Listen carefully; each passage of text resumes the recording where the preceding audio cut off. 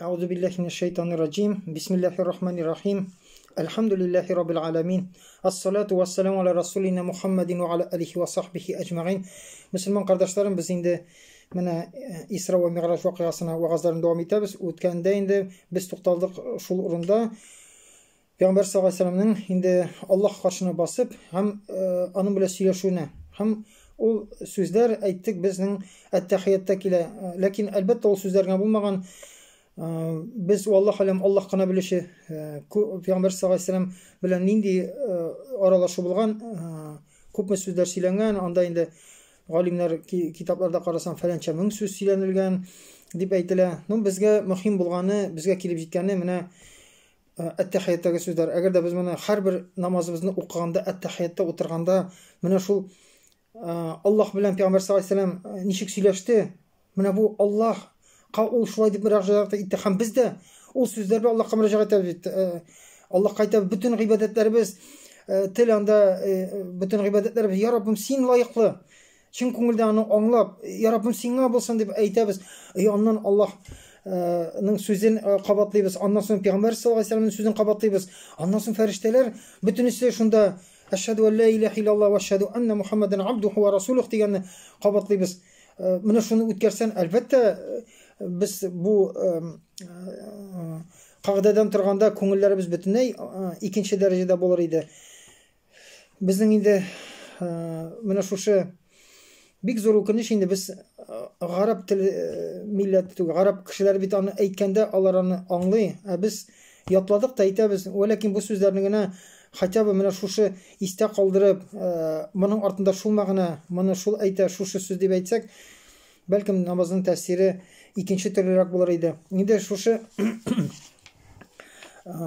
voqealar ko'z oldina keltirib, nindi voqealar Peygamber sallallohu alayhi vasallam nindi voqealar o'tgan, ham o'tgandan da biz uning sababini da aytdik. Chunki bir yoqdan bu shunday vaqtda Peygamber sallallohu alayhi vasallam bir tirak edi, Alloh taolaning bo'lagi edi. O'zine qo'noqqa chaqirib, shunday zo'r safarlar o'tib, ularni qo'noq etib, butun yerlarni ko'rsatib, butun shunday chirashtirib, anga yaqin bo'lgan kishilar bilan, biku voqealar bilan uning bir darajasi, uni Jabroil alayhissalom o'zi yerda, o'zi kelib, Allohning chaqiruvini topshirib, olib kelib, butun narsani ko'rsatib, munda bu, mana ilga bit prezidentlar kelib, oldan programmalarni tuzib qo'yalar, kimda qarshi oladi deganda delegatsiya kutib turadi, kiyimlar kiygan ipituz bilan ko'talar, qaysi shaharga borsalar da bu dunyoviy, bu Alloh ko'z oldina keltirasiz. G'alamlarning Robbisi, yo'qdan bor qilgan Robbisi, nindidir bir o'zining maxluqi bo'lgan. U bizning shekilli bir bandagina, lekin darajasi nindi Alloh qarshida. U daraja bit endi Peygamberimizning mana shu sifatlari sababli, uning eng komil zot bo'luvi sababli Alloh qarshida shunday darajaga erishuv. Ham nindi zo'rliq. Bir gunohsiz farishtalar minglagan anga shahodat berib tura, uni salom berib qarshi ola, tubanchilikli holda uni qarshi olalar, hurmatlab ko'kdagi farishtalar. Jabroil alayhissalom eng buyuk farishta, uni qarshi ola, ham shu Sidratul Muntahada uni o'z qiyofatida Peygamber sallallohu alayhi vasallamga ko'rina. Ikki topqir deb aytdilar. Birinchisi shu vahiy ingan vaqtdagi birinchi vaqtda bo'lgan voqeada ul ko'rina. Ham bunda endi shulay ayrim bir hadis bor. Ul nindi 600 qanotli bir Peygamberning hadislarini ko'ra turli farishtalar bor. Ikki qanotli, ikki paranda dalshi kita darajasini mumkin. Jabroil alayhissalom eng buyuk farishta, uning 600 par qanoti, ham ulanda shunday motor qiyofatda, hadislarda tafsirlangancha ularni shu qiyofatda ko'z ololmaslik motor qiyofatda ko'rinib, shu farishta, eng buyuk farishta, uni safar qilib yurta, butun yerda ko'rsatib yurta. Ham nindi daraja u shu farishta uni qoldira, Alloh uni singina bor olasin. Allohning qora qarshi ular o'zlari bilgan so'zlarini siylashdilar. Biz bir kimda bilmay, bir kimda tinglab tura olmay. Ham biz Alloh bizga yetkirgan Peygamber sallallohu alayhi vasallam yetkirganligini Qur'on ham hadislarda biz bilamiz o so'zlar. Ham bu so'zlarni qabatlaymiz. Shunga ko'ra namoz har kishining Alloh bilan namozdagi sajdalari bizning Alloh bilan uchrashuvi, har kishining mi'roji deylar. Chunki biz shu so'zlarni aytamiz. Alloh bilan namoz vaqtida bizning orada kirta bo'lmaydi. Peygamber sallallohu alayhi vasallam bilan Alloh arasida kirta bo'lmagan kibik Alloh taolo oldi. Biz şu namazımızda da bir kirtesiz Allah karşısına oturabız. Bir nindi kirte yok. Әгәр дә без аны дөрес итеп үткәрсәк, һәм шул ук сүзләр белән мөрәҗәгать итеп, шуңа күрә бу сөйләшүдән соң, әгәр дә без инде бу вакыйгаларны кыскача гына үтеп китәргә тиеш, төп вакыйгаларны аңлар өчен ни өчен килде? Икенче яктан, бер яктан шушы авыр вакытта төшенкелеккә бирелгән, инде нәрсә эшләргә белмәгән, бөтен бернинди киләчәк күрмәгән вакытта Аллаһ Тәала аны ныгытты. Иман байлыгын ныгытты. Иманын ныгып, ул инде моннан икенче кеше булып кайтты. Һәм икенче ягы бар иде. Без беләбез, әле вакытта Пәйгамбәр саллаллаһу алейһи ва саллям белми. Аңа хәтле инде шундый вакыйга булган, Мәдинәдән бер 5-6 кеше аның вагазын тыңлап, кабул итеп, исламны үзләренә кайтып киттеләр. Әле бу беренче чатқы гына. Башка бер кеше дә игътибар итмәде, бер генә кабилә дә кабул итмәде. Мәсхәрә кылдылар ул шушы бәргәләнгәндә. Бер Мәдинәгә бер ялкын, ышкын китте. Әле аның нәрсә белән бетәсен беркем дә белми. Пәйгамбәр саллаллаһу алейһи ва саллям шу авыр вакыты һәм моннан соң үтәсе вакыйгада ныклык кирәк. Бу уже күрсәтеп тора. Моннан соң Пәйгамбәр саллаллаһу алейһи ва саллям мөселманнарның тормышы үзгәрде. Шу ислам икенче төрле китте. Мәдинәдән кешеләр кабул итте. Аннан соң инде алар анда күчеп, инде ислам бөтенләй икенче рәвештә бөтен дөньяга чыкты. Әле Мәккә эчендә иде. Мәккә эчендә кайнады. Башка чыгылмый бер кая таралып, Пәйгамбәр саллаллаһу алейһи ва саллям бөтен халыклар өчен килгән. Ул үзенең халкы кабул итми, чикләнгән уже монда бетте. Һәм шул көннән соң бөтен дөньяга чыкты һәм бик зур эшләр, бик зур сынаулар үтәргә туры килде мөселманнарга.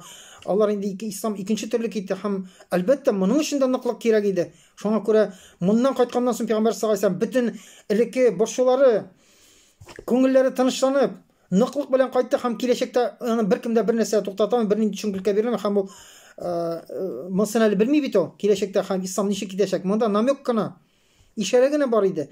Һәм бу да бер яктан киләчәк өчен дә әзерлек иде. Шуңа күрә инде Аллаһ Тәала менә бөтен җирне күрсәтеп, Аллаһ үзе белән очрашты. Шуннан соң нәрсә булды? Аллаһ Тәала аңа бүләк бирде. Ул бүләк безгә Аллаһ Мөхәммәд саллаллаһу алейһи ва саллямны үзенә меңгерде дә чакырып, бездә бит бер кеше кисә, аннан соң бүләкләр биреп, кайтарып җибәрәбез, сөендереп. Аллаһ Тәала безгә 5 вакыт намазны бүләк итеп биреп кайтарды. Менә Мөхәммәд саллаллаһу алейһи ва саллям үзенә, ягъни киләчәктә шушы тормышта, шушы авырлыклар үткәндә намаз ул без бүләк кабул итеп алыгыз. Һәм ул сезгә ярдәм итәчәк. Ул сезнең терәгез. Ул сезнең ярдәмчегез. Ул зур бүләк Аллаһтан. Тапшыр мөселманнарга. Дигән мәгънә. Һәм без беләбез вакыйганы беренче Аллаһ Тәала йөкләде мөселманнарга 50 намаз. Менә Мөхәммәд саллаллаһу алейһи ва саллямга әйтте 50 намаз. Ул төшеп китте. 50 намазны алды. 50 намаз укырга тиеш, намаздан. Аннан соң нәрсә тәртипләр аннан соң килә, ләкин 50 намаз йөкләнде. Ул яңадан шушы юлны үтеп, Җабраил алейһиссалам белән күкләрне үтеп, Муса алейһиссаламга төште. Муса алейһиссаламга һәр күктә пәйгамбәрләр көтеп тора. Ул бит күрәләр, шушы кол нинди дәрәҗәдә Аллаһ аның белән күтәрде. Һәм алар көтә нәрсә? Муса алейһиссалам сорады, нәрсә боерды Раббын? Ул беләдер иде. Аллаһ белән сөйләшү, ул белергә тирә нәрсә иде? Менә шулай сөйләгәннән соң ул әйтте, минем өммәтемә Аллаһ Тәала 50 намазны бирде диде. Муса алейһиссалам әйтте, син диде, кире кайт Раббыңа диде. Синең өммәтең моны күтәрә алмый диде, бу авыр йөк. Минем өммәтемә моннан әзрәк йөкләнгән иде, алар аны тота алмады, ягъни үти алмады, күтәрә алмады моны диде бу сынауны. Шуннан соң нәрсә? Ләкин бит үзен теләгәнчә түгел. Мөхәммәд саллаллаһу алейһи ва саллям Җабраил алейһиссаламга борылып карады. Ягъни Аллаһтан рөхсәт кирәк кире кайтырга. Бу бит ниндидер теләдем, алга бардым, теләдем, артка бардым түгел. Шуңа Җабраил алейһиссалам ярый, рөхсәт сиңа диде. Аллаһ рөхсәт бирде. Кире кайтырга, нәрсәдер сорарга яңадан. Ул яңадан кайтты һәм Аллаһка әйтте, киметүне сорады. Ну анда инде кайбер риwаятларда уңа киметте яки бишәрләп дип бара, мөһим түгел, ничә тапкыр меңгәне. Ягъни яңадан шушы киметелгән намаз белән төшкәндә Муса алейһиссалам янынан Муса алейһиссаламга туктагач, яңадан шул хәл. Нәрсә? Менә анда 45 мең намаз яки 40 намаз.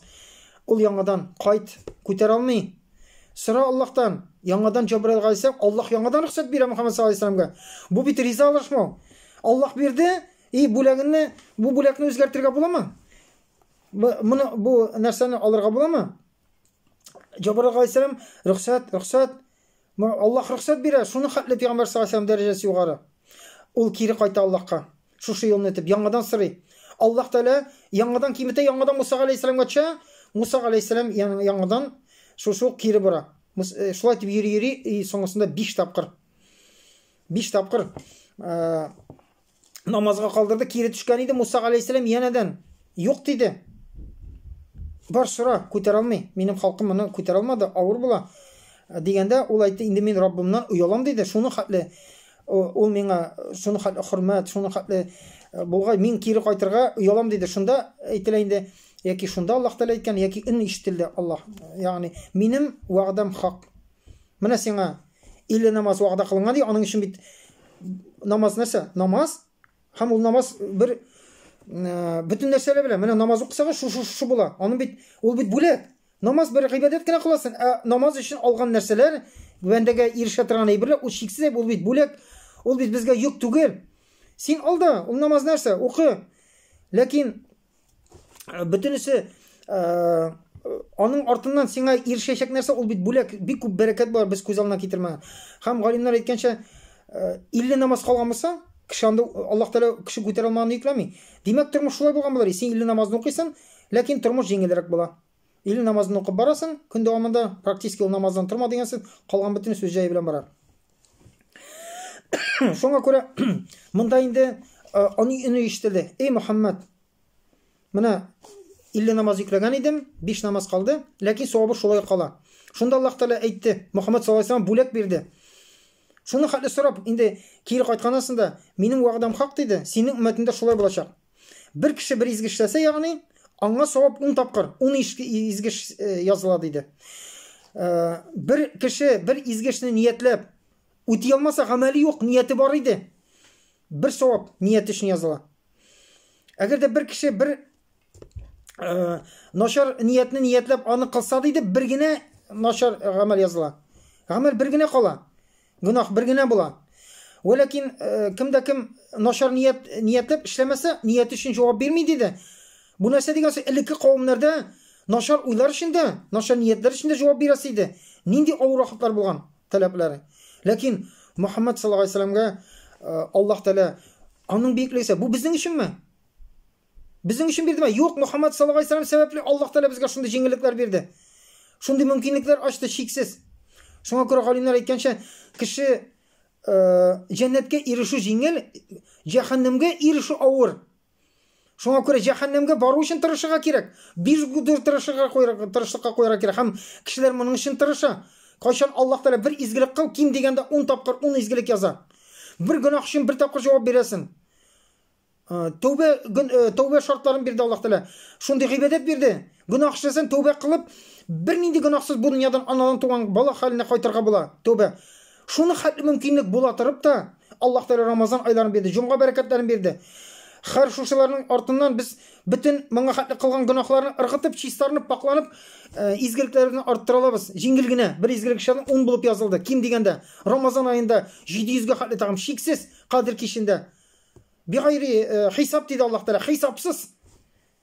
Әҗр саваплар вәгъдә кылды, хисабын әйтмәде. Ягъни кадр кичендә 80 1000 айдан да хәерлерәк диде. 1000 ай ул 83 ел гомер. 1000 айдан диде. Ким дигәндә кадр кичендә 83 ел буе шул гыйбадәтне кылган хәтле савап. Шундый мөмкинлек була торып, кеше җәһәннәмгә бара икән, кемне гаеплисен? Җәһәннәм өчен тырышырга кирәк. Шуны хәтле Аллаһ Тәала мөмкинлекләр биреп тә җәннәткә эләкмәсә кеше, җәннәткә эләгү бик җиңел. Асылда. Шуңа күрә Аллаһ Тәала Мөхәммәд саллаллаһу алейһи ва саллям сәбәпле аңа шәфаәт кылу хукукы бирде. Ягъни өстә бир сиңа бүләк. Кыямат көндә шәфаәт кыласың.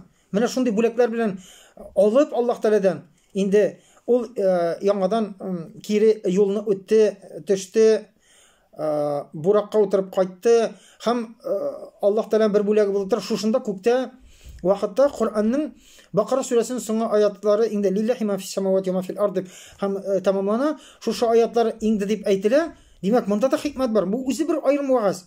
Менә ни өчен? Бөтен аятлар җирдә инде. Ләкин бу аятны Аллаһ Тәала күктә без аны аеруча диккат белән бу аятлар димәк мөһим. Бу аятлар Аллаһ Тәала моны Мөхәммәд саллаллаһу алейһи ва саллям үз хузурында вакытта бу аятларны шунда аңа иңдерде. Шунда алып төште уларны.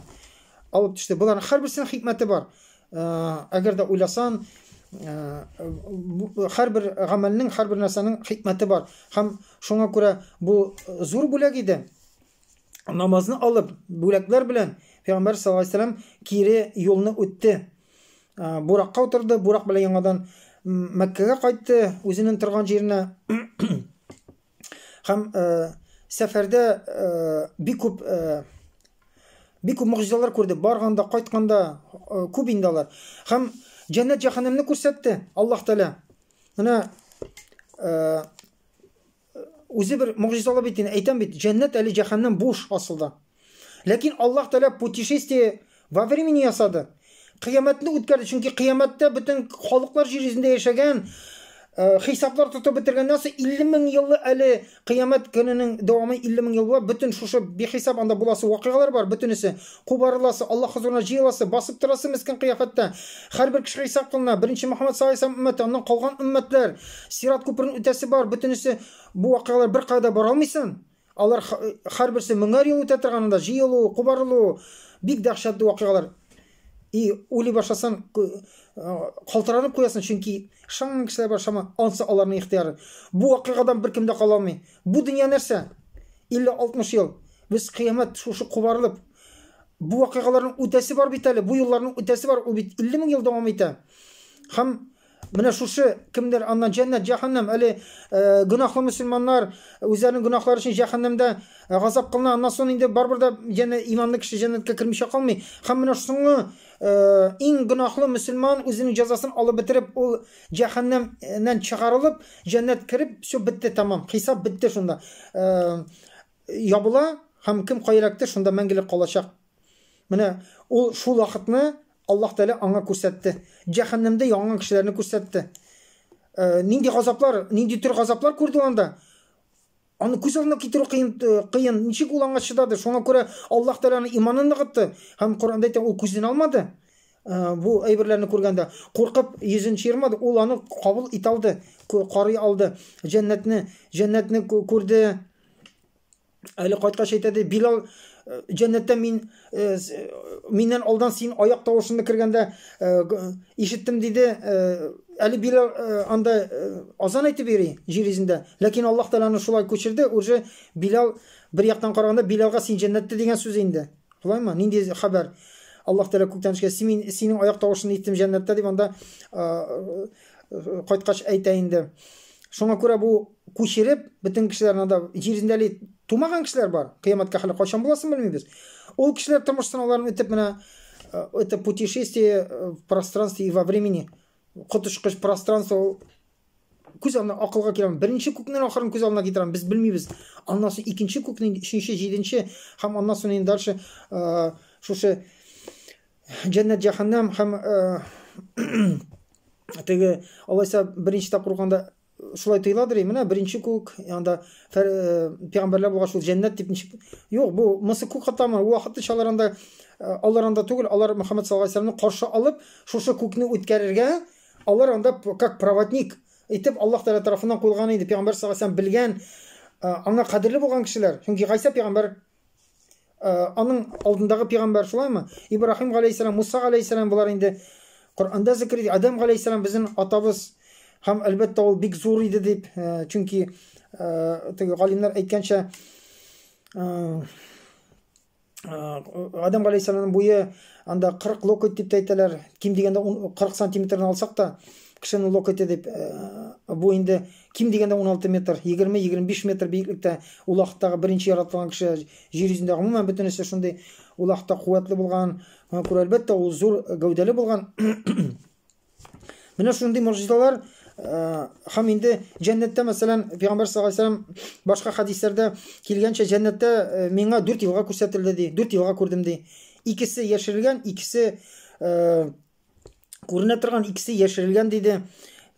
Бу инде күренә торганы җирдәге Нил һәм Ефрат диде. Ну менә моны ничек аңлатасың инде? Җәннәттә, ягъни Нил, Ефрат. Анда кайберләр димәк Нил, Ефрат җәннәттә башлана. дип, монсы кеше фикер генә, безгә мөһим түгел. Димәк, ул күрсәтелгән. Кайбер галимнәр әйтте, димәк, Аллаһ Тәгалә моны күрсәтеп, нәрсә дигән, киләчәктә ислам дине шушы 2 елга буенча таралачак. Дөрестән дә ул шушы елгада, бүген дә шушы елгалар буенча таралган ислам дине ансы бар. Инде күренмәгән, без күрми торганы моңа хәтле онсысы Пәйгамбәр саллаллаһу алейһи ва сәлләмгә бирелгән җәннәттәге елгалар дип әйтелә инде. Төрле фикерләр, ләкин безгә нәрсәсе? Менә без ышанырга тиешлесе. 4 елга күрдем диде. Димәк, күргән. Икесе күренми торган, икесе күренә торган, алар Нил һәм Ефрат дигән. Шулай ук анда ул күрешә Мәлик фәрештә белән. Җәһәннәмнең сакчысы, дәһшәтле. Пәйгамбәр саллаллаһу алейһи ва сәлләм турыда әйтте, ул бик кырыс диде, аның йөзе елмаймый, чөнки башка кайда гына аны фәрештәләр күрсә дә, кем генә күрсә дә, без кешеләрне күргәндә елмаеп каршылабыз да. Елмайгач, син аңа үзеңнең шатлыгыңны белдерәсең. Ниндидер уже ул сиңа елмаеп каршылагач, аңа ул хөрмәт күрсәтүне күрсәтә. Шуңа күрә бөтен фәрештә аны елмаеп каршы алды. Һәм аларны күргәч тә, ниндидер бер матурлык, ул бит матур фәрештәләр, үзе күңелгә рәхәтлек бирә. Әгәр монда Мәлик фәрештә, ул Җабраил алейһиссалам сорады, нәрсәгә ул бердә елмаймый дип. Ну бит инде җәһәннәм барлыкка килгәннән, ул җәһәннәмнең сакчысы шушы азапның. Ләкин Мәлик Пәйгамбәр саллаллаһу алейһи ва сәлләм янына килгәч, Пәйгамбәр саллаллаһу алейһи ва сәлләм сәлам биргәнче, ул беренче шушы фәрештә Пәйгамбәр саллаллаһу алейһи ва сәлләмгә сәлам биреп, аңа беренче дәрсте. Ну шуңа күрә инде ул бөтен күргәннәрен шулай сөйләде, төрле җирдә. Ул бердә елмаймас диде, шундый кырыс диде. Җәһәннәм күрсәтелде. Җәһәннәм. Аллаһ Тәгалә нәрсә өчен? Менә ул безгә җәһәннәмне сөйләргә мөмкин. Тегеләй була, булай була, монда үзе күрде. Шуңа күрә ул кайтканнан соң Пәйгамбәр саллаллаһу алейһи ва сәлләм елмаймый торган булып калды. Чөнки сөйләү яки сөйләүдән ышану, нәрсә белән дә чагыштырып, бу дөньядагы әйберләр чагыштырып, ниндидер бер төшенчә барлыкка килү, беркемдә нинди генә бу дөньяда газаплар белән чагыштырып җәһәннәмне күз алласа да, ул җәһәннәмне күз беркайчан да күрмәячәк, тоймаячак. Һәм ул күргәч гораздо дәһшәтлерәк булачак. Бер генә кеше җәннәтне дә бу дөньядагы иң теге байлар анда кайдадыр утрауларда җылы, шундый иң яхшы дворецлар салып, шулай дип күз алласагыз да, ул чагыштыра торган түгел. Ул күз алдына китерә торган түгел, җәннәтнең бөтенләй бу юк нәрсә. Җәннәт нигъмәтләре янында без күз алдына китергән бу дөнья ул бер нәрсә түгел. Юк кына даже. Чагыштырырлык әйбер түгел. Шуңа күрә менә җәһәннәмдә ул шушы кешеләрне күргәндә күреп бара, Җабраил алейһиссаламнан сорый, булар ни өчен булай күрә? Җабраил алейһиссалам аңлатып бара бөтенесен, бөтен нәрсәне. Менә бу кешеләр җир йөзендә шундый гөнаһлар кылганнар. Менә шул өчен җәзасы шул. Пәйгамбәр саллаллаһу алейһи ва сәлләм күрде. Бу гөнаһлар җир йөзендәге, бүгенге көндә ул гөнаһларны кешеләр гөнаһка да санамый. Ул игътибарсыз нәрсә, ләкин аларның ул үз эшләре саныймы, санамыймы бүгенге кешелектә моны тыю алдымы, югалдымы, ул бу дөньяда бу гөнаһ белән яшәгән кешеләр кыямәт көндә шушы газаптан булачаклар һәм беркем дә моннан котылып каламый. Син ышандың, ышанмадың, син булардан калып булмый. Үлемнән калалмыйбыз. Кыямәт көнне кубарылып, җир ярылып, безне чыгарга буйрылганнан соң беркем дә калалмый. Ләкин төрле кеше бар, ышанып яшәгән кеше көткән иде, белә ул аны. Кубарылды. Шул вакыйга тирәяктагы вакыйган инде син көткәннән дәһшәтлерәк аны тәэсир итә бит инде шушы вакыйгалар. Ул шуның куркуы гына. Теге кешеләрдә нинди курку? Ул ышанмаган иде. Ул ышанмаган иде. Шушы дәһшәт өстенә аның өметсезлек барлыкка килә. Шулаймы? Шуңа күрә үлемгә ышанмыйча там яшәгән кешеләр, Аллаһка ышанмыйча яшәгән кешеләр кайчан үлем фәрештәсен күргәннән соң, бу нинди халат? Беренчедән үлем фәрештәсе куркыныч кыяфәттә киләчәк. Даже шул дәрәҗәдә Муса алейһиссалам, без беләбез, фәрештәләр Аллаһның рөхсәте белән, әмере белән пәйгамбәрләр белән аралаша иде, ниндидер хәбәр бирә ди пәйгамбәрләр теләгән. Муса алейһиссаламга җәһәннәм шушы фәрештәсе белән очрашканда нәрсә телисең?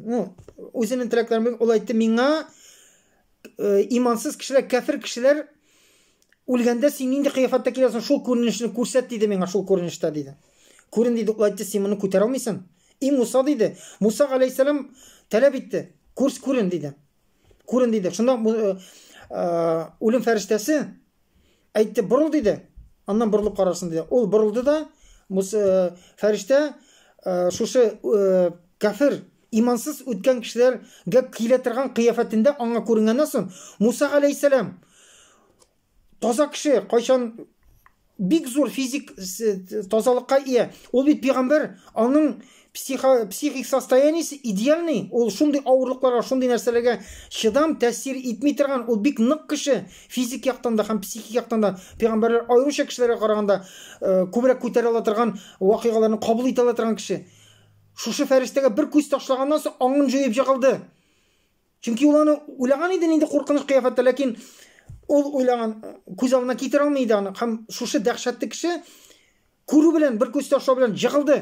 Ә көз алдына кетер кәфир кешегә шушы авыр вакытта кайчан моңа хәтле кичермәгән хисләр кичергәндә, бугазына җаны менгәндә, Аллаһ әйткән нәрсәләр тормышка килде. Ул шаммичә яшәгән иде, уйнап көлеп кичәгенә дөнья белән яшәгән иде, үлем фәрештәсе башына килеп утырды.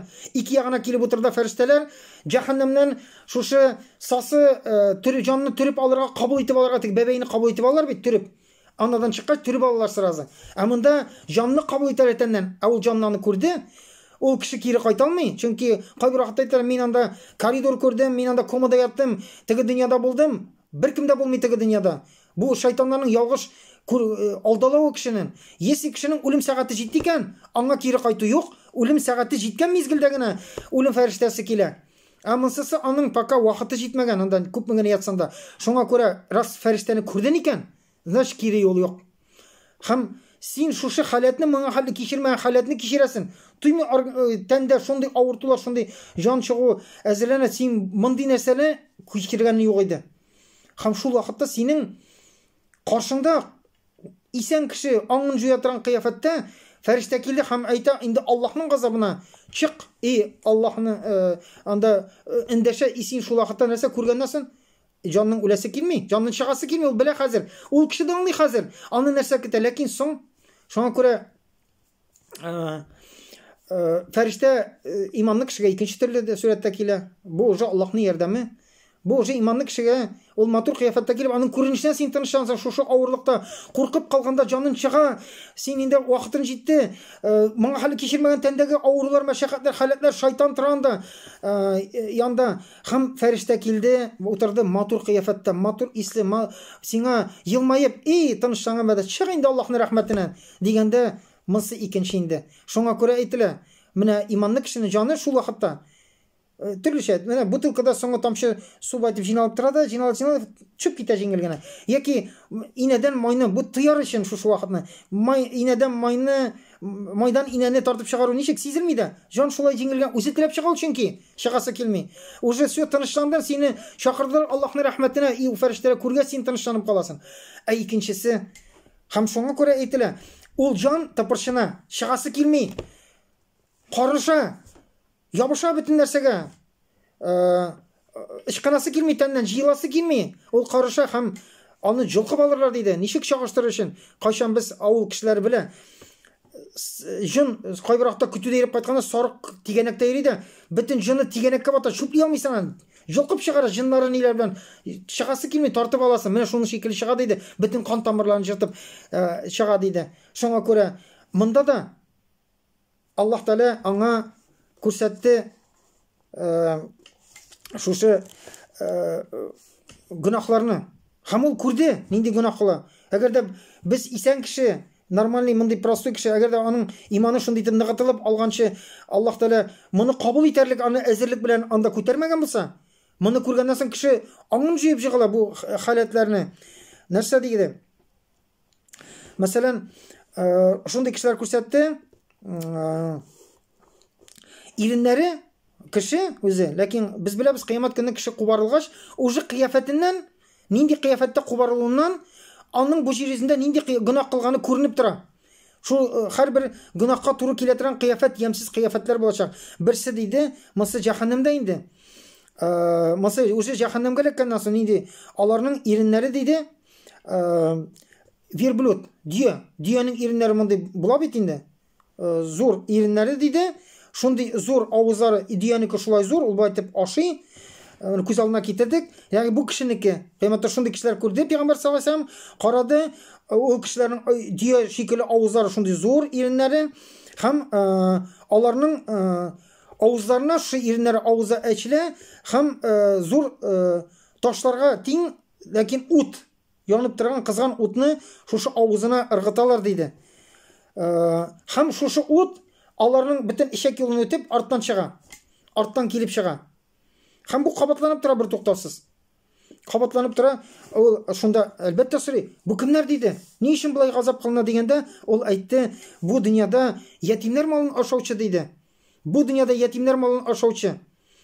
Бу бик зур гынах, ятимнәрнең малына тию, бу гынах таралган. Бүген ятимнең кем икәнен дә аңламыйлар. Һәм ятимнәрнең хакы бүген дөньяда бозыла. Икенче бер кешеләрне күрсәтте. Аллаһ Тәгалә Пәйгамбәр саллаллаһу алейһи ва сәлламгә аларның гынах курсаклары шуны хәтле зур ки, бу дөньядагы шикелле асылынып тора. Ул уже асылынган һәм алар аның буенча курсаклары җиргә асылынып төшкән, алар курсакларны үстереп урыннан күчә алмыйлар. Курсаклары мишәйтә атлый алмыйлар, шуны хәтле зур кысак. Алар шуны белән азапланалар. Бу кемнәр? Бу дөньяда риба ашаганнар. Риба кем? Яки үзен аласың, яки банк системасында эшлисең, яки кешегә рибага бирәсең, яки рибага алып торасың. Бу дөнья абсолютно бүген гынахка саналмый. Бүтән экономика, бүтән банковский операцияларга нигезләнгән, рибага нигезләнгән, бүтән алыш, биреш, акча нәрсә сатып аласы булса, бизнес карасы булса, процентка акчалы бүтәнесе шулай кырылган. Кешеләр шуңа бара. Ничек инде бүген башкача булмый, башкача кредит калмыйча, квартирада булмый, ипотека калмыйча, телефонсыз да булып булмый. Кешеләр үзләренә аклы табалар, ләкин риба кыямәттә иң зур гынах, ал берничә әйтми. Нинди генә ситуация үзгәрсә дә, әгәр дә без менә моны күрсәтсәләр иде, бер генә син әчкә үлсәң, урамда палаткада яшәгән яши, син ул өйне алмыйсың. Кыямәт көнендә ниндидер бер бу дөньядагы 20 ел, 30 ел гомер өчен бу ансыз сүз өчен генә Аллаһ Тәгалә риба белән алдынны ипотекага сиңа тиешле булса, син әзгенә сабыр кылсаң, сиңа халал белән Аллаһ Тәгалә акча юлынча сиңа сатып аласың халал белән. Но кеше сабырсыз, аңа бүген кирәк, хәзер кирәк. Һәм гынахны уйлап та тормый. Ләкин ул кешеләр кырсакларны үстереп бер кая барамыйлар, азапланалар диде. Һәм шул ук вакытта алар туптанып тора, анда кешеләр килә. Менә сиңа толпа килә, син китәргә телисең, һәм син таптап китәләр. Алар шулай кузгалырга тели, кузгала алмый. Һәм Аллаһ Тәгалә шулай кылды. Фиргаун вакытында яшәгән, Фиргаунның кешеләре диде, аңа ияргән кешеләр диде. Аларны утка, җәһәннәмгә алып барачаклар. Һәм алар тоже тайпыла алмый. Алар шушы зур кырсаклы, алар китәргә тели, талпына кырсагы үстерәләр. Бу кешеләр алар өстенә таптап үзеп тора диде. Һәм шул газап чигәләр диде. Һәм шундый кешеләр күрде, Пәйгамбәр саллаллаһу алейһи ва сәллям карый. Кешеләр утыралар, бер ягында яхшы ит, шундый тәмле, яхшы, чиста ит тора. Икенче җирендә сасы, теге кыртлаган. Була бит, бу дөньяда күргән бар, ниндидер ит бозылса, сасы ис килә, ан читап булмый бу дөньяда. Исе килә, сасы беткән, чире беткән ит килә, һәм алар шушы итне ашый. Бар чиста ит, бар яннарында тора, ләкин алар моны ашый алмый, Аллаһ Тәгалә мәҗбүр итте, алар моны ашарга мәҗбүр.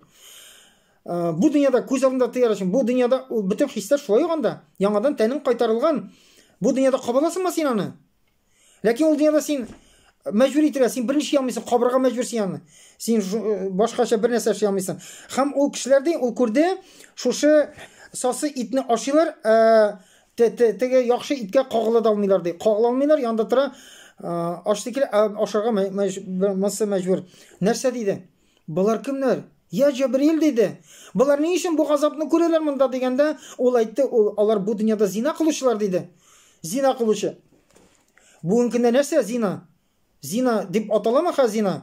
Кешеләр зина белән телевизор передачаларын чыгып мактанып утыра. Кемнең белән зина кылган, нинди дәрәҗәле кеше белән зина кылган, ул дәрәҗәгә әйләнде мактам. Син беләсеңме? Теге кешене, теге депутатны, мин шуның беренче хатыны, мин белән яки анда фәлән вакыт яшәдем, фәлән җирдә булдым. Кайда кем белән зина кылганы белән мактанып утыралар. Менә ул җәза. Һәм тагын башка бик күп ниләр бар. Һәм әйтте, күрде хатын-кызлар үзләренең күкрәкләре белән зур кармак шикелле ыргакка алынып, алар ілініп тұралар шул. Ике күкірәкләрінен ілгәннәр ілініп шушы газапны кешерәләр дейді. Әлбәттә күз алдына китә, моны күрергә Пәйгамбәр саллаллаху алейхи ва саллям бик сорады, шунда тәэсир итеп, я Җибрил, булар кемнәр? Нәрсәгә болай газап кылыналар бу хатыннар дип сораганда, алар диде, бу дөньяда вакытта зина кылып үзләренең ирләренә башка шушы зинадан балалар кайттылар диде. Ире белми. Бүген телевизорны әйтсәң, ул пердашлар багышланган. Һәр берсе килеп мактанып тора, бу бала минем ирдән түгел, әнә теге ирдән каннан ачыклыйлар. ДНК белән кайсы ирдән бу? Ул шундый пердашлар бар, 6 баласы бар. Ире килгән бүгенге көндәге ире, ул хатын сөйләп тора, монсы бу ирдән түгел. Ул бозау әнә яшәде минем белән. Алданы бул белмәде, монсы тегеннән, монсы моннан ачыклап, астагфирулла. Менә нәрсә көтә ул кешеләрне. Һәм инде аннан соң нәрсә булды? Менә шушыларны күрде барысында. Шушындый вакыйгалар күрде, шундый мәгълүмат туплады үзенә. Бу вакыйга үзенә тәэсир итте һәм мөселманнарга күпме мәгълүмат бу турыда бирде. Бу бүтән кешене кызыксындыра торган мәгълүмат. Инде аннан соң ул кире кайтып китте, шушы кайтканда үтте төрле җирләрне һәм безгә тәэсир итә торган хадисләрдә әйткән вакыйга Мәккә юлында күрде караван. Кайсы Мәккәнең караваны кире кайтып бара. Чөнки бу юл бу сәүдә кыла торган. Караван белән Иерусалимга баралар да, анда саталар да, яңадан караван белән кайталар. Һәм шул караван аша үтте, анда вакыйга булды. Ул үткәндә бер верблюдның янында теге кичкенә верблюды баласы адашып киткән була. Пәйгамбәр саллаллаху алейхи ва саллям киңәш бирә кай икәнен. Тавышын ишетәләр, ләкин үзен күрмиләр. Ул әйтте, ул шунда диде, чөнки ул аны күрде. Әнә алар аны тапты. Ул анда бер бурҗуктан су алып ичте. Һәм аны ялгышмасам, явып бетермәде, һәм ул су акты. Аны карыйлар икенче көнне мәсәлән. Алар битен үзенә явып куйган, карыйлар, бурҗук әчилгән. Кем әчә ала моны? Шушындый вакыйгалар үтте, кайтты. Булды. Кайтты, яңадан үзенә кайтарып куйды. Менә бер хадистә әйтелгәнчә, күз аллары өчен. Менә Пәйгамбәр саллаллаху алейхи ва саллям бу үзе бер гомер, шуның хәтле вакыйга, шуның хәтле ара. Моны даже сом бер язып булмый, нинди километрлар салсак, ул күкләрне үтү без акылга сыймый. Шуның хәтле вакыйгалар үтелгән. Шуның хәтле юллар үтелгән. Пространство во времени дип әйтик. Пространствода вакыт шуның хәтле сәфәр кылынып, Пәйгамбәр саллаллаху алейхи ва саллям кайтканда җир йөзендә күп вакыт үткән. Бер хадистә әйтелгән, Җабраил алейхиссалам менә шушы кузгалып киткәндә, аның ковшиңа тиядә, халатыма инде ковшин түнә башлый. Һәм шуны хәтле юл үткәннән соң Пәйгамбәр саллаллаху алейхи ва саллям кире кайтарып шул урынга куйганнан соң, ул шул түнә башлаган ковшинны тотып ала диде. Җир йөзендә бу Аллаһ Тәгаләгә бер нәрсә түгел, моны акыл белән аңларга кирәкми. Аллаһ Тәгаләгә бер нәрсә тормый, вакытны күчерергә, алга, артка, ниндидер кешегә кайтару, Аллаһ бөтен нәрсәне юктан бар кылучы. Аллаһ Тәгаләнең чиксез кудрәте белән шушы бу җир йөзендә кыска гына вакыт үткән була, доля секунд.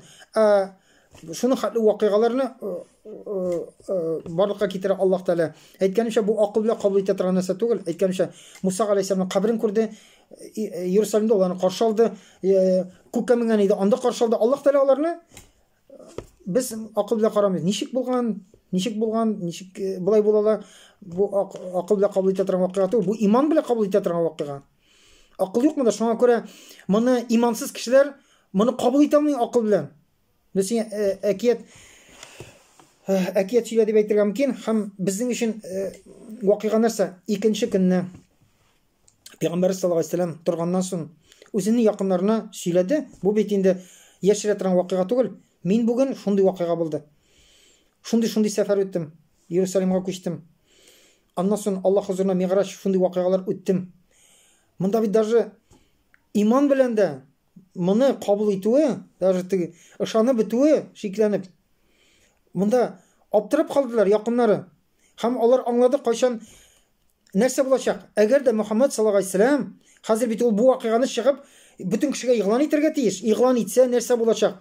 Бу көнгә хәлле аның сүзләрен, аның нәрсәсен, аны ялганчы дип, сихерче дип, аны жүләр дип әйтәләр иде. Төрле әле сәбәбе юк иде жүләр дип әйтергә. Чөнки ул акыллы сүз сөйли. Алар үзләре шулай дип әйтә. Жүләр. Анда ялганчы бит әйтәләр. Моны сөйләсә нәрсә була? Бу аларга бу чын әкият бит инде алар өчен. Шуңа күрә аптырап калдылар. Кайберләре әйтте: "Я Расулулла, син буларга бөтенесен дә сөйләмичә Исра вакыйгасын гына сөйлисеңме әллә? Теге күккә мендем, Аллаһ белән сөйләштем дип пакансыны әйтмичә торасыңмы әллә?" дип әйтте. Пәйгамбер саллаллаһу алейһи ва сәлләм бик яхшы аңлыйдыр моны, һәр нәрсә буласы моны сөйләсә. Ничек кабул итәчәкләр моны? Шуңа күрә ул китте. Нидер бер китте һәм Аллаһ Тәгалә шулай кылды. Абу Джахл аңа очрады. Абу Джахл сорады, күреп, нәрсә? Тагын бер нәрсә килдеме соң сиңа? Дип аңа күлеп, шулай мәсхәрә кылып әйтте. Пәйгамбер саллаллаһу алейһи ва сәлләм ялганчы түгел, ялганламый. Ул әйтте: "Әйе, килде" диде. Һәм ул әйтте: "Менә шундый вакыйга, мин шунда күчтем" диде. Абу Джахл сөйнеп куйды.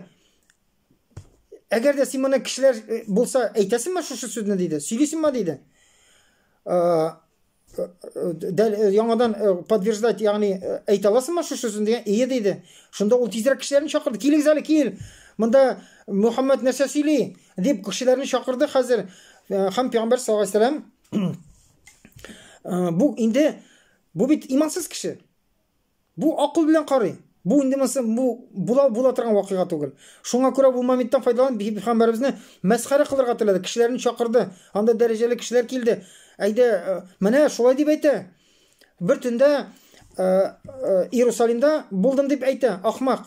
Безнең караваннар анда бер ай барып, бер ай кайта. Ул шундый нәрсә сөйли. Хәзер Пәйгамбер саллаллаһу алейһи ва сәлләм бардым ди. Булар моны ялганга чыгар. Ну дәлил бир кирәк. Пәйгамбәрнең ялгана. Шуңа күрә алар чакырдылар. Ул сәүдәгәрләр, алар барган кешеләр бар янда. Иерусалимга барган, бу елны үткән кешеләр бар иде.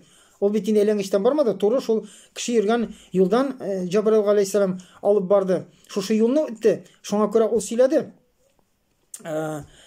Һәм шушы булган кешеләр сорый башлады. Белә, бөтенесе белә Пәйгамбер саллаллаһу алейһи ва сәлләм Мәккәдән чыккан кеше түгел. Бер кая барганы юк. Инде монда булганы юк. Шуңа күрә аннан сорый башлады. Мәчет нинди? Теге урам нинди? Анда шундый урам бар иде. Нинди йорт? Һәм Пәйгамбер саллаллаһу алейһи ва сәлләм әйтте бер вакыт диде, алар сораган сорауга мин ул җиргә игътибар итмәгәнмен диде. Яни белмим. Һәм Аллаһ Тәгалә миңа шулай итте, менә ул бер якны күрсәтте. Шул якта диде, шуның ягында Аллаһ Тәгалә миңа менә бүгенге көндә әйткәндә телевизор шикелле экран. Бер кеше күрми аны күктә. Ләкин Пәйгамбер саллаллаһу алейһи ва сәлләмгә күз шундый видение булды. Ягъни алар сорау бирә, ул сораган нәрсә Аллаһ Тәгалә аны бүген җайлы безгә күз алдына китерү. Без телевизордан любой нәрсәне күрәбез. Мәсәлән, Иерусалимны күрсәтте, нәкъ шуның шикелле. Бүген инде без моны более реальный кабул итәбез. Аллаһ Тәгалә аңа шундый видение күрсәтте. Һәм мин диде, алар сорау бирә, мин аны ничек әйтеп сөйлим. Анда булай, анда булай, анда шундый җире ватылган, бу җире булай, бу урамнан соң булай. Алар аны ялганда тутарга тели, сораулар бирә, ләкин тута алмыйлар. Менә күрдеңме син ялган дисең, менә монда алай түгел бит, булай дип. Бөтенесе килешә. Бөтенесе булган, юк, бер нәрсә белән тута алмыйлар. Бер яктан тута алмыйлар. Тута алмадылар. Шуннан соң берсе сорады: "Син анда булгансың икән, минем анда караван киткән иде. Күрдеңме син минем караванны? Ул кайтып итәргә тиеш." Пәйгамбер саллаллаһу алейһи ва сәлләм: "Әйе, караван кайта" диде. Бар диде. Анда шундый вакыйгалар булды. Дөясе югалган иде. Шулай булды. Сулары шулай булды дип әйтте инде. Сөйләде. Нинди вакыйгалар булган? Караван кайчан кайтачак? Мәсәлән, ул әйтте, чаршамбы көне кичкә кайтып җитәчәк диде. Алда шундый сердия, өстендә анда ике кара табы бар. Шул булачак, шул бер-бер атлы шулай кайтачак диде. Шундый юлда вакыйгалар булды диде. Бөтенесен дә сөйләде. Һәм инде монда бит инде тота алмадылар. Караванны көтәләр шул көнне. Көтәләр. Пәйгамбәрнең ялганын тутарга кирәк бит инде. Менә ялгышты хәтта бер нәрсәдә, бер кичкенә нәрсәдә ялгышлык таба алмыйлар. Көтеп торалар.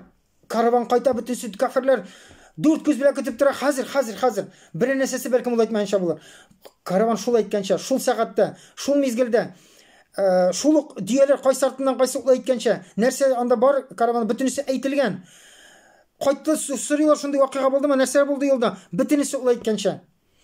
Әле иң мысысын диярар, бу сөйләде, хәзер бит инде Peygamber sallallahu aleyhi ve sellem bular бит барбы шамый маңа кәфир инде бу вакыйга була алмый. Мен ничек сөйлидер, нитәдер, но бу вакыйга була алмый. Моның өчен иман кирәк кабул итәргә. Моның өчен Аллаһка иман китерергә, Аллаһны танымаган кеше, Аллаһның кодрәтен аңламаган кеше бу вакыйганы ничек буласын күз алдына китерә. Чөнки ул була алмый. Аллаһ Таала шушы галәмнең Раббысы үзе юкта бар кылган, бу барлыкны барлыкка китергән Раббыбыз гына моңа кодрәтле. Инде булар шул моментта файдаланып, хәзер буларның бит ачуы чыкканнан чыга. Булар бит тагын да Пәйгамбер саллаллаху алейхи ва саллям күрәмиләр. Нишәгә белмиләр? Хаҗиртыл, но берничә тамыйлар. Бөтен берничә тамыйлар. Инде шуннан соң шушы моменттан файдаланып, хәзер булар күңелләренә шик кертер өчен киттеләр Абу Бәкергә. Абу Бәкер монда юк иде разияллаһу анһу. Киттеләр инә, бардылар, әйтәләр: "Эй Абу Бәкер, син ишеттеңме әле? Синең кардәшең акылдан шашкан. Мен шундый нәрсәләр сөйли. Бер төндә шунда барып шулай итеп кайттым" дип сөйли. Без ул караван, анда безнең бер көн барып, бер көн кайта, ул шулай дип сөйли. Әлеге караван бит кайтмаган. Караванны әйтте, шунда барып кайттым дип. Моңа Пәйгамбер саллаллаху алейхи ва саллям карата сомнение уятырга телиләр. Абу Бәкер разияллаһу анһу нәрсә? Бер нинди шиксез бу сүзләрне сезгә Мөхәммәд саллаллаһу алейхи ва саллям әйттеме? Ул әйттеме моны сезгә шулай дип барып кайттым дип? Ие диде. Расул әйткән икән, мин ышанам диде. Ничек инде мин ышанмаска диде? Әле алар аңа әйтмәгән иде, что бу өлешеңне әйткән иде. Синең кардәшең, дустың, ул бит аның дусты иде. Синең дустың шулай дип сөйли, бер төндә Иерусалимга барып кайттым дип сөйли. Син шуңа ышанасыңмы дигәндә, шу барып кайтып, әлеге миғражны булар әйтмәгән иде. Әле ул миғражга да барып кайтмый әйтмәгән, бу өлешеңне әйткән иде. Абу Бәкер нәрсә ди? Мин ди моңа ышанам, мин даже ышанам ди, әгәр дә ул әйтсә ди, мин Аллаһка хузурына күтәреп, Аллаһ белән сөйләшеп кайттым дисә, мин аңа да ышанам диде. Монда бернинди проблема юк, ышанам. Ничек инде ышанмаска, кайчан мин аңа иман китердем, мин аңа ышандым, нәрсә? Аллаһ хузурыннан аңа Җабраил галәйһиссәлам төшеп, аңа Аллаһның сүзен җиткереп тора. Моңа ышанга, бу нәрсә бу? Анда менеп төшү яки анда барып килү дип әйтте. Булар инде күрделәр. Шуннан соң Абу Бәкер разияллаһу анһу кушаматтагы Сиддиқ тугры. Yani hiç şeksiz doğru Abu Bakr Siddiq olan sıfatına elendi. Şunday imanda nık doğru kişi bulganına. Mene şunday vakıgalar ol. Indi biz belkim tağın bir iki hadiste bulgan mena bik de tesir etken belkim bir iki vakıgaga toxtalırбыз. Şuşa seferde bulgan. Aytkanimçe ondan sonra indi bir köp hadisede Peygamber sallallahu aleyhi ve sellem ondan bu vakıgadan sonra şulay aytadır idi. Mene min cennette şunu ko'rgandey, mene jahannamda şulay idi. Şunday dindir vakıgalarını ulandan sonra jitkirdi. Barısında bir biz inanın аңайында ниндер булкада галимнәр бардыр бәлкем. Ну без төп вакыйганы белергә тиешбез. Менә бу төп асыл вакыйга. Ягъни безнең өчен бу бүләк бит, безнең өчен дә мөһим. Чөнки шушы сәфәр сәбәпле Аллаһ Тәала безгә намазны бүләк итеп бирде. Ул бит бүләк. Нә шайтан ничек итеп күрсәтә аны? Бу тормышны авырайтучы бер нәрсә, кешеләр намаз укырга авырая. Намаз нинди дә тормышта камашалый торган бер нәрсәгә әйләнде. Алар аны бүләк итеп кабул итәрме? Бүләк бит ул кешегә зыян китерә торган түгел. Бу бит Аллаһтан бүләк. Алдын шушы шартларын үтәп барсаң, синең bütün тормышыңа, bütün нәрсәңә тәэсир итә торган бу синең бу бузыклык заманында, бузыклык диңгезендә яшибез, тирә-якта монда. Паклыкка каранда бузыклык кая карасында, йөрсәң дә бузыклык эчендә бу безне шушы бузыклыкта саклап кала торган, бу бузыкка батырмый торган спасательный круг саклап калучы намаз. Кыямәткә хәтле Аллаһ Тәала бүләк итте. Ул безнең саклаучы нәрсә диде? Коръәндә Аллаһ Тәала аннан намаз турында. Намаз ул начар фәхишләрдән тыя диде. Ул безне тыючы, саклаучы әйбер. Тыя дигән сүз нәрсәдә? Кулыннан җитәкли? Юк. Кешенең любой гамәлгә нәрсә тәэсир итә? Аңа карата уй фикере. Башта ул нәрсәне дөрес дип таный, аннан соң яки шушы фикер сәбәпле бу нәрсәне дөрес дип белеп эшли, фикер белән аны дөрес дип кабул итә үзе өчен, яки икенче вакытта нәрсә, нәфисе сәбәпле кеше нидер яхшы гамәлне кылмаска мөмкин, ниндидер гөнаһлар каршысында туктап калмый, нәфисен тыя алмый, яки фикер сәбәпле ул гамәлне инде ул яхшы дип кабул иткән. Шуңа күрә нафаз начар фәхиштан тыя дигәндә намаз укыйсың, яшисең, ул синең үзеңә тәэсир итә. Синең фикерләрең Bu кірген бехисап бұзық фикірлер арасында, нашарлық фикірлер арасында өзінен өзі нашар фикірлерге дұрыс деп танымайшақ. Намаз өзі дұрыс фикірге сені yöneltecek. Һәм бұл сенің ғамәліңе дұрыс ғамәлләр қылуыңа сәбәпші болacak. Ниндидер нашар нәрселерге, гүнахларға хисләрің қозғалып, сені харап итмәйшәк. Хисләр яхшы нәрсәгә қозғала. Бұл сені хисінні рамкада тұта. Сенің ғамәлләріңні рамкада тұта. Нашар сәбәпләрін шығара. Бәлкім енді бүтін ой фикірінде дұрыс деп білесін. Онда ғамәлге барасын енді біле тұрып, яки енді хисін дұрыс түгел. Ниндидер сәбәпләр шығала. Шу намаз оқу сәбәпле сен бұл гүнахны эшләмейшә қаласың. Шуңа күрә нашар, фәхиштән тыючы әйбер дейді. Бүләк намаз оқыган өчен гүнахлар ярылган, қиямат көндә җәннәт бихисап. Бу бүләк түгелме? Biz bir kişkine gene 5 vakit namaz okurga tiyişmiz. Taharet alıp günümüzün 1 saatga da jinalmay. Lakin şul sebeple ol bizde bu dünya turmuşunda da baxil ite. Bu dünyadan sonra cennetke kirge sebepçi olan namazsız cennetke kirib bolmay. Şoňa görä bulak itip kabul ettirek gerek. Umuman Allah Teala Kur'anda aytdy din. Yani mana bu misiga ko'rsatgan yashirovchi, mana bu bütün anlatılar, bu yaxshi, bu nachar, buni qiling'iz. Bu bulak degan ma'noda. Bu sizning turmushingizni jengillaytirish uchun berildi deydi. Avraytirish uchun shayton shulay deb ko'rsatdi. Şoňa görä, ay namozni o'qiy olmayman hali. Namoz o'qisam mana ishim shulay. Yo'q, qachon kishi namozning bulak ekanin, bizning tüp g'ibatimiz ekanin, bu dunyoda yashaganda bandaning tüp ishi ekanini anglamasa, anglarga tiyish shulay. Ul tüp ishimiz. Bugün kun o'zib ketgandan so'ng qarasam, biz buni ishladim, qara, bu ishni niyatlagan tog'da ko'proq ishlam. Biz dunyoviy ishlarni o'ylaymiz. Namozini qara. Namoz o'qimadil ekan, namozini yo'q ekan, bugun kunim boshqa o'tdi. Namoz o'qilmaysa, ertaga o'lim kelganda turmushim o'tdi ekan. Bu ma'nosiz turmush. Bu ma'nosiz sen aldangansın. Tüp işimiz namoz. Şoňa ko'ra namaz 5 vakit namazını turmuşda qo'ydin, şunun arasına turmuş qurasın. Şoňa kimçilik ketirmeyten iş saylaysan, turmuş yol saylaysan. Uyda bolsun qaydaga işlerini kiylisin, turmushini kiylisin şul iki araga. Iň tüp ibadat ol namaz. Agar namaz bolsa qalgan bütünisi jеңил bolar. Namazını taşıysan ekan, ol sen aqmaşaly ekan. Yoki mishaytda kiş bilan jiyip oquysan qaybirlari. Nişiginde namazını qaldırıp jiyip oqurga bolar kiş bilan. Qaşan tüp işin. Namazını qaldırdım, battın dünya turmuşuna. Dünya turmuşun ağır bolar. Şoňa görä Allah Teala yardım etsin. Bunu namazının şuşu bulakni bulak ekanini aytip alıp, Allah'ın şulagin bulagini kabul etip, şuşu bulakni süýünip şatlanıp ötep barıp, namaz artında bolgan berekat faziletlerge erişe alsak edi. Allah'ın rahmetinde bolasak edi. Şu sebeple turmuşlarыбыз жеңил bolsun. Kıyametin günde jеңillik bilen şu sınavlarını ötep Allah Teala'nın cennetlerine erişige sebepçi bolsa edi.